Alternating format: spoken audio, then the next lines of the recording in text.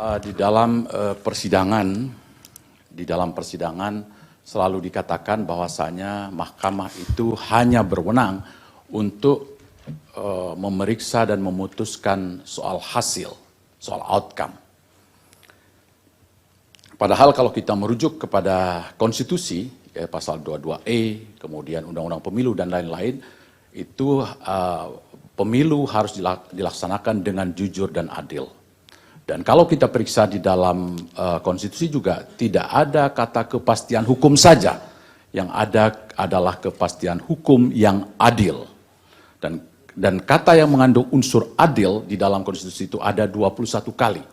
Sementara hukum itu ada 18 kali. Itu artinya para pendiri bangsa itu mengutamakan keadilan. Pertanyaan saya adalah bagaimana menurut saudara apakah hanya Mahkamah Konstitusi ini hanya berwenang memeriksa soal hasil. Kalau hasil berarti katakanlah angka 10 dan 100 itu apa bedanya? Itu saya kira tidak bisa diperdebatkan lagi. Yang kedua ada seorang pakar hukum tata negara, Yusril Izzah Mahendra. Dia di dalam wawancara dan di berbagai media dia mengatakan bahwa putusan nomor 90 Mahkamah Konstitusi itu cacat hukum secara serius, bahkan mengandung penyelundupan hukum. Karena itu dia berdampak panjang putusan MK itu.